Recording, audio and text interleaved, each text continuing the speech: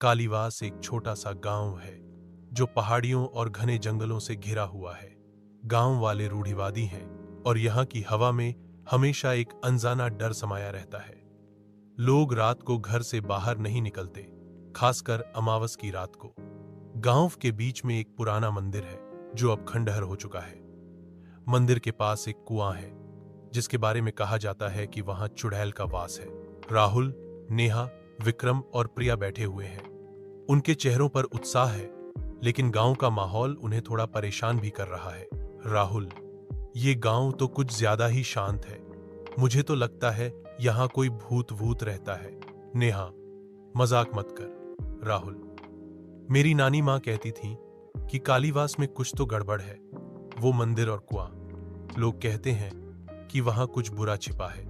विक्रम, अरे नेहा, तुम भी ना, ये सब पुरानी कहानियां हैं। चुड़ैल, भूत, प्रेत, 2025 में भी तुम लोग ये सब मानते हो? प्रिया, मैंने सुना है कि हर 50 साल में यहाँ कुछ अजीब होता है। लोग गायब हो जाते हैं, खासकर जवान लड़के लड़कियां। राहुल, हाँ, और फिर चुड़ैल उन्हें अपने जाल में फांसा कर खा जाती है ना? चाय वाला, एक अधेड़ उम्र का आदमी, उनकी बात सुन लेता है और पास आता है। चाय वाला, बाबू, इस गांव में चुड़ैल का नाम मजाक में नहीं लिया जाता। तुम लोग बाहरी हो, नहीं जानते। वो मंदिर और कुआं, वहां मत जाना, खासकर अमावस की रात को। नेहा, क्यों? चाचा, क्या हुआ था वहां? चाय वाला, बहुत पुरानी बात है। 100 साल पहले एक औरत थी, माया। गांव वालों ने उसे चुड़ैल कहकर जला दिया, लेकिन उसने मरते वक्त कसम खाई थी कि वो हर 50 साल में लौटेगी और गांव से बदला लेगी। विक्रम, तो चाचा, अब की बार कब आएगी वो चुड़ैल? चाय वाला, इस बार अमावस को 50 साल पूरे हो रहे हैं। तुम लोग सावधान रहना। चारों दोस्त एक दूसरे को देखते हैं। राहुल और विक्रम हंसते हैं, लेकिन नेहा और प्रिया के चेहरों पर चिंता है। प्रिया, राहुल, ये ठीक नहीं है, हमें वापस चलना चाहिए। राहुल, अरे डरपोक, हम बस देखने आए हैं, कुछ नहीं होगा। विक्रम, ये वही कुआं है ना? चलो ढक्कन हटाकर देखते हैं। नेहा, पागल हो गए हो? चाचा ने मना किया था। विक्रम, अरे कुछ नहीं है यहाँ, बस एक पुराना कुआं है। विक्रम और राहुल मिलकर कुएं का ढक्कन हटाते हैं। अंदर से एक ठंडी बदबूदार हवा निकलती है।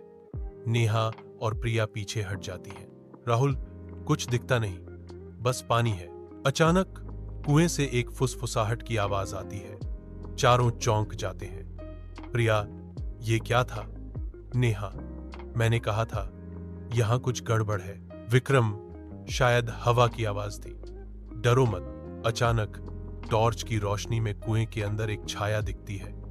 एक औरत की आकृति, जिसके बाल लंबे और उलझे हुए हैं। चारों चीख पड़ते हैं और भागने लगते हैं। चारों दोस्त डरे हुए हैं, लेकिन राहुल और विक्रम इसे मजाक में उड़ाने की कोशिश करते हैं। नेहा और प्रिया अब भी सदमे में हैं। कमरे में तनाव है और बाहर बारिश की आवाज के साथ साथ अजीब सी फुसफुसाहट सुनाई दे रही है। राहुल, यार, शायद हमारा दिमागी फितूर था, कुएं में कुछ नहीं था। नेहा, तुमने देखा नहीं? वो छाया, वो औरत, वो कोई भ्रम नहीं था। प्रिया, मुझे डर लग रहा है, हमें यहां से चले जाना चाहिए। विक्रम, ठीक है, ठीक है, हम कल सुबह गांव के बुजुर्गों से बात करेंगे, शायद वो कुछ बता सके। अचानक खिड़की पर एक जोरदार खटका होता है। चारों चौंक जाते हैं। राहुल धीरे धीरे खिड़की की ओर जाता है और पर्दा हटाता है। बाहर कुछ नहीं दिखता सिवाय बारिश के, लेकिन जैसे ही वो पर्दा बंद करता है, खिड़की पर एक औरत का चेहरा दिखता है। लंबे बाल, सफेद आंखें और मुस्कान। चारों चीख पड़ते हैं। रात की भयावह घटना के बाद चारों दोस्तों ने पूरी रात जागकर बिताई। नेहा और प्रिया अब गांव छोड़ देने के पक्ष में हैं, जबकि राहुल और विक्रम रहस्य को सुलझाने के लिए उत्सुक हैं। कमरे में एक पुराना रेडियो है जो अपने आप चालू बंद हो रहा है, जिससे माहौल और डरावना हो रहा है। नेहा, कहा था राहुल, यहां कुछ गलत है। वो चेहरा, वो औरत, मैं आज भी कांप रही हूं। राहुल, अरे नेहा, शायद वो हमारा वहम था। रात में, बारिश में, कुछ भी डरावना लग सकता है। प्रिया, राहुल, तुमने उसकी आंखें नहीं देखी। वो इंसान नहीं थी। विक्रम, ठीक है, हम डरे हुए हैं, ये मानता हूं, लेकिन भागने से क्या होगा? हमें पता करना चाहिए कि आखिर माजरा क्या है। नेहा, और अगर वो सचमुच चुड़ैल थी, अगर वो हमें मार दे? राहुल, अरे चुड़ैल वुड़ैल कुछ नहीं होती। चलो गांव के बुजुर्गों से बात करते हैं। चाय वाले चाचा ने कहा था ना कि वो कुछ जानते हैं। अचानक रेडियो अपने आप चालू हो जाता है। एक पुराना भजन बजने लगता है, लेकिन बीच बीच में फुसफुसाहट की आवाज आती है, जैसे कोई कह रहा हो, वो लौट आई। चारों चौंक जाते हैं। विक्रम रेडियो बंद करने की कोशिश करता है, लेकिन वो बंद नहीं होता। प्रिया, ये क्या है? ये अपने आप कैसे चालू हुआ? विक्रम, शायद खराब है, चलो बाहर निकलते हैं। रेडियो टूटने के बाद भी फुसफुसाहट की आवाज कमरे में गूंजती है। चारों जल्दी से सामान समेटकर गेस्ट हाउस से बाहर निकलते हैं। राहुल, नमस्ते पंडित जी, हमें आपसे कुछ बात करनी है। पंडित रामलाल, बोलो बेटा, लेकिन सावधान, इस गांव में हर सवाल का जवाब जानना खतरनाक हो सकता है। नेहा, पंडित जी, हमने कल रात मंदिर के पास, कुएं के पास कुछ देखा। एक औरत, उसकी आंखें, वो। पंडित रामलाल, तुम लोग वहां गए थे? मैंने गांव वालों को मना किया था। तुम बाहरी लोग हो, तुम्हें नहीं पता, लेकिन वो जगह अभिशप्त है। विक्रम, अभिशप्त क्यों? पंडित जी, वो चुड़ैल की कहानी, क्या वो सच है? पंडित रामलाल, हां बेटा, माया की कहानी सच है। 100 साल पहले माया एक खूबसूरत औरत थी। गांव वाले उसे जादूगरनी समझते थे। उसने एक बार गांव के सरपंच के बेटे को बचाने के लिए जड़ी बूटियों का इस्तेमाल किया, लेकिन सरपंच ने इसे जादू टोना समझा। गांव वालों ने मिलकर उसे कुएं के पास जला दिया। प्रिया, तो वो चुड़ैल बन गई। पंडित रामलाल ने मरते वक्त श्राप दिया था, हर 50 साल में अमावस की रात को वो लौटती है। वो जवान लड़के लड़कियों को अपने जाल में फंसाती है। उसका खेल है, वो तुम्हें लुभाएगी, तुम्हें डराएगी और फिर तुम्हारी आत्मा ले लेगी। राहुल, पंडित जी, ये तो पुरानी कहानियां हैं, आज के जमाने में। पंडित रामलाल, चुप, ना समझ, तुमने उसे देखा है ना? अब तुम उसके खेल का हिस्सा हो, वो तुम्हें नहीं छोड़ेगी। नेहा, तो अब हम क्या करें? पंडित जी, कोई उपाय? पंडित रामलाल, एक ही उपाय है। मंदिर के नीचे एक तहखाना है, वहां माया का एक प्राचीन ताबीज छिपा है। अगर तुम उसे ढूंढ सको और अमावस की रात से पहले उसे जला सको, तो शायद श्राप टूट जाए। लेकिन रुकते हुए कोई भी वहां से जिंदा नहीं लौटा। चारों एक दूसरे को देखते हैं। राहुल और विक्रम उत्साहित हैं, लेकिन नेहा और प्रिया डरी हुई है। मंदिर अब और भी डरावना लग रहा है। दीवारों पर अजीब से चिन्ह उकेरे हुए हैं, जो रात में चमकते हुए प्रतीत होते हैं। मंदिर के अंदर एक टूटी हुई सीढ़ी है, जो तहखाने की ओर जाती है। चारों के कदम भारी हैं और उन्हें लग रहा है कि कोई उनकी हर हरकत पर नजर रख रहा है। प्रिया, राहुल, मुझे नहीं लगता ये ठीक है। हम क्यों जा रहे हैं? चलो वापस चलते हैं। राहुल, प्रिया, अगर हमने उस ताबीज को नहीं ढूंढा तो क्या वो चुड़ैल हमारा पीछा नहीं छोड़ेगी? पंडित जी ने कहा, ना विक्रम। हाँ, और मुझे लगता है कि अगर हम ये रहस्य सुलझा लें तो गांव वालों का भी भला होगा। नेहा, लेकिन अगर हम तहखाने में फंस गए, अगर वो वहां थी। चारों सीढ़ियों के पास पहुंचते हैं। सीढ़ियां पुरानी और जर्जर हैं। जैसे ही वो नीचे उतरते हैं, एक ठंडी हवा का झोंका आता है और टॉर्च की रोशनी टिमटिमाने लगती है। विक्रम, चलो सावधानी से। तहखाने में अंधेरा है। दीवारों पर पुराने चित्र और मंत्र लिखे हुए हैं। एक कोने में एक पुराना संदूक है, जिस पर ताला लगा है। अचानक संदूक अपने आप हिलने लगता है। चारों पीछे हटते हैं। प्रिया ये क्या है? ये अपने आप कैसे हिला? राहुल शायद कोई पुरानी चीज है। मैं देखता हूं। राहुल संदूक का ताला तोड़ने की कोशिश करता है। जैसे ही ताला टूटता है, एक तेज चीख गूंजती है और तहखाने की दीवारों पर खून जैसा लाल रंग बहने लगता है। तहखाने की हवा भारी है और चारों को लग रहा है कि कोई उनकी सांसों को गिन रहा है। संदूक के खुलने के बाद चीख की आवाज अब धीमी फुसफुसाहट में बदल गई है, जो चारों तरफ से आ रही है। दीवारों पर उकेरे गए चिन्ह अब चमकने लगे हैं, जैसे कोई जादुई शक्ति उनमें प्रवेश कर रही हो। प्रिया, राहुल, ये संदूक, इसमें कुछ नहीं है। हम यहां क्यों आए? अब क्या होगा? राहुल, शांत हो प्रिया। शायद ताबीज कहीं और है। हमें ढूंढना होगा। नेहा, ढूंढना होगा। राहुल, तुमने देखा नहीं? ये दीवारें, ये खून, ये कोई सामान्य जगह नहीं है। विक्रम, रुको। ये चिन्ह, ये क्या है?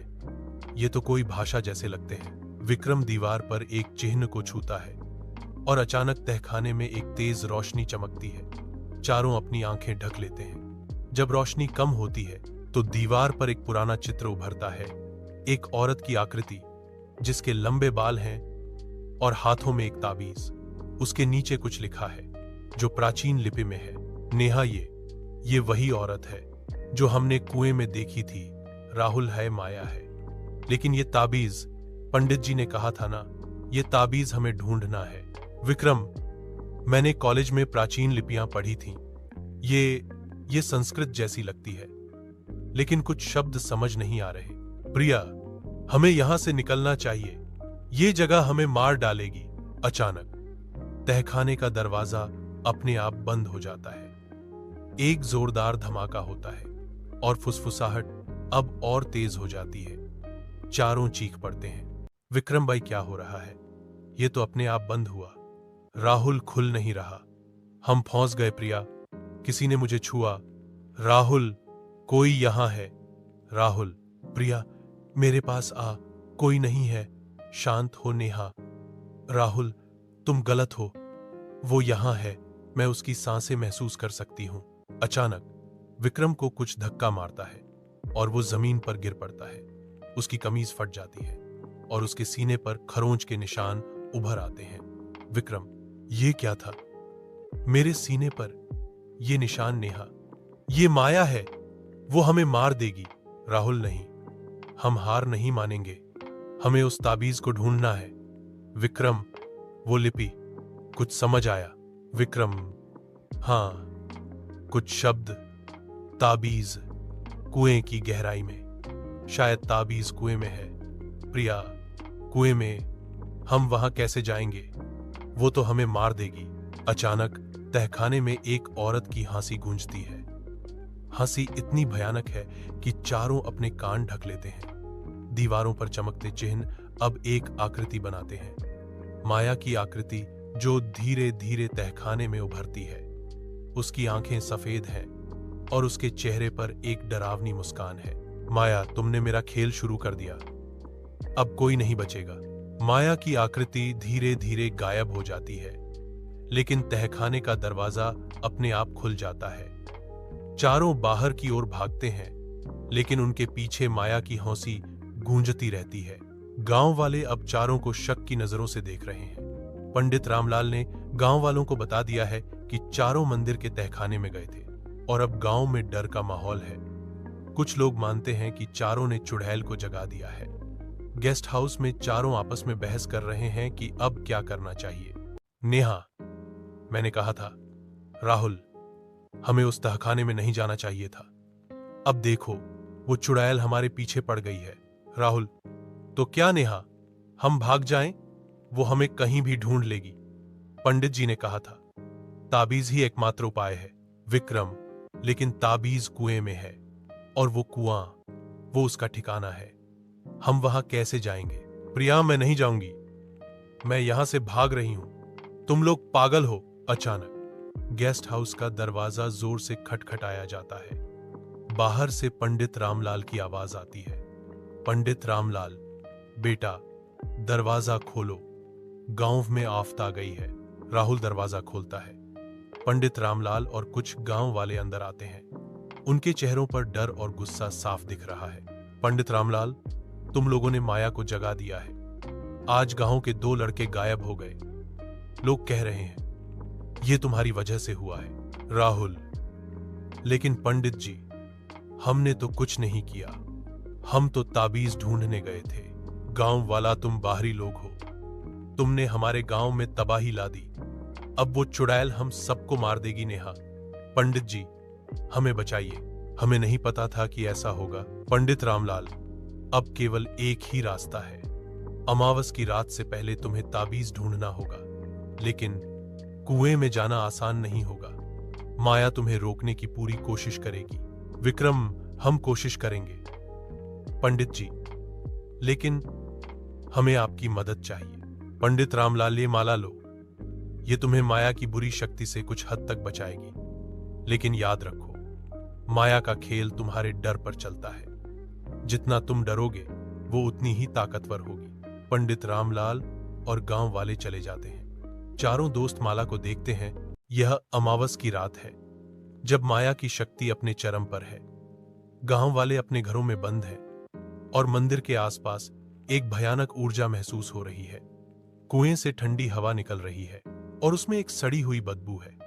चारों दोस्त डरे हुए हैं, लेकिन अब पीछे हटने का कोई रास्ता नहीं है। राहुल, हमें यह करना ही होगा।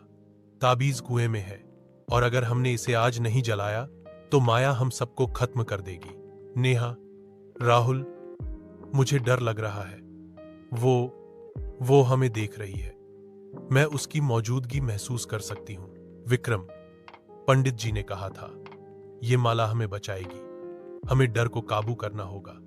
माया हमारे डर से ही ताकत पाती है। प्रिया, लेकिन अगर हम मर गए तो? मैं नहीं जाना चाहती। राहुल, प्रिया, अगर हमने कुछ नहीं किया तो भी वो हमें नहीं छोड़ेगी।